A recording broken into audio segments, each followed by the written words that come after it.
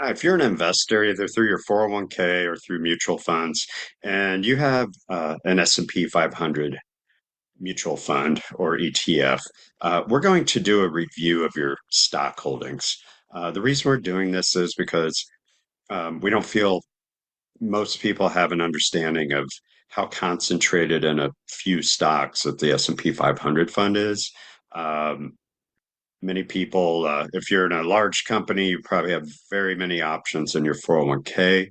A lot of people in smaller companies or government entities don't have a whole lot of options. So they'll put most of their money in the S&P 500 fund and just let it roll, which can be fine. You need to be invested in stocks, and this is not investment advice. We just want to help people understand what they are invested in. I'm Mike Wright with Foresight Wealth Advisory here in Indianapolis, Indiana. We're Indiana registered and investment advisor. I'm going to share my screen so we can go over what you're actually invested in. So we're going to go straight to the stock intersection. This will show us the percentages that you're invested in. This is Morningstar. We use this tool to help us build diversified portfolios. You can either work with an advisor. They should be able to tell you the percentage of stocks and also even bond holdings that you have in your portfolio.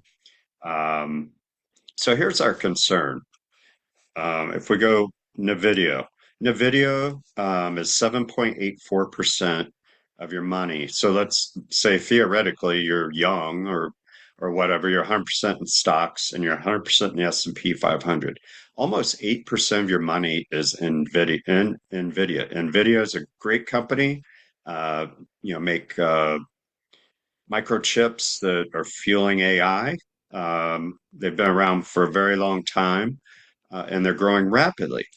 That said, as a fiduciary, as a prudent investment advisor, we would probably advise against having almost 8% of all your money in NVIDIA. And this is a generic suggestion, but historically speaking, there's reasons why we don't like people to get that concentrated. So NVIDIA, that's your number one holding. Your second holding is Apple, 6.44, Microsoft, 4.89, Amazon, 4.19, Alphabet.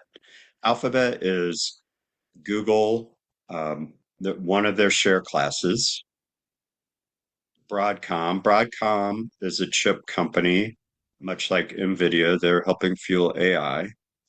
Alphabet Class C, that's Google, just a different share class. And then Meta. You can see Tesla down here, but we're going to ignore that. And then Meta is 2.16. I apologize if I'm reading these numbers wrong because of my eyes. But anyhow, so those eight stocks, that's eight of your top holdings. They're all technology stocks.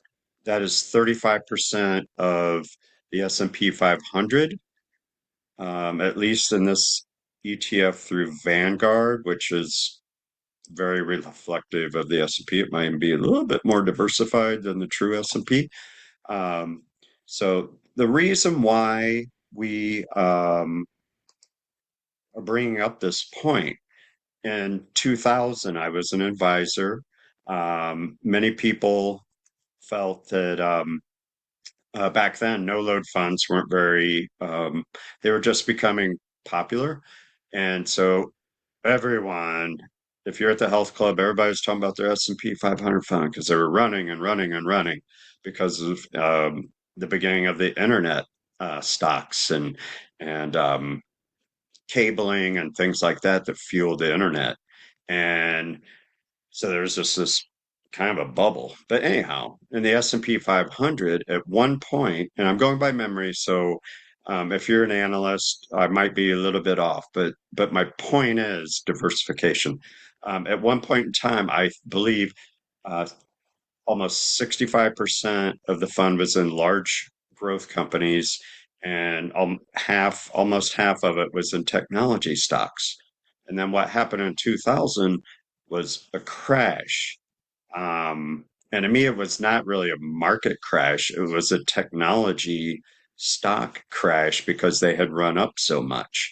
And, and it actually help my business because we use a tool like the Morningstar I'm showing you to know what percentage of stocks my clients were in. I had many clients well over the age of 50 and or 60 nearing retirement. And because of that, they wouldn't have time to recover from, a stock market crash. So, most of them, I had some of them that were 100% stocks, but they didn't blow up their whole portfolio. So the difference was, on our stock side, the stocks probably went down 20%, average portfolio went down 12%. Whereas if you just, hey, I'm 100% in the S&P 500 because it's been going up and up and up and up, and you had no clue um, that you weren't in 500. I mean, you were in 500 stocks, but 70% of those were large cap uh, technology stocks. So anyhow, this is kind of just things you might want to be aware of, especially because, AI, of course, is going to uh, be very important in the future. And all these companies are, I feel are good companies. But if you're nearing retirement, or even if you're not, just take a look at your portfolio. If you have, some small cap, mid cap funds in your 401k that you can diversify into. If you look back 3, 5 years, they don't look as good as the S&P 500. But it doesn't really matter what happened. It's, you want to be invested in the overall economy. So, or I would recommend that for most people. So take a look. If you have a financial advisor, ask them to show you the stock intersection, or ask them how concentrated you are in the top stocks. And make sure you're diversified, so you don't get, especially if you're nearing retirement. This has been Mike Wright with Foresight Wealth Advisory here in Indianapolis. I hope you enjoyed the video. I hope it's helpful. Have a great day.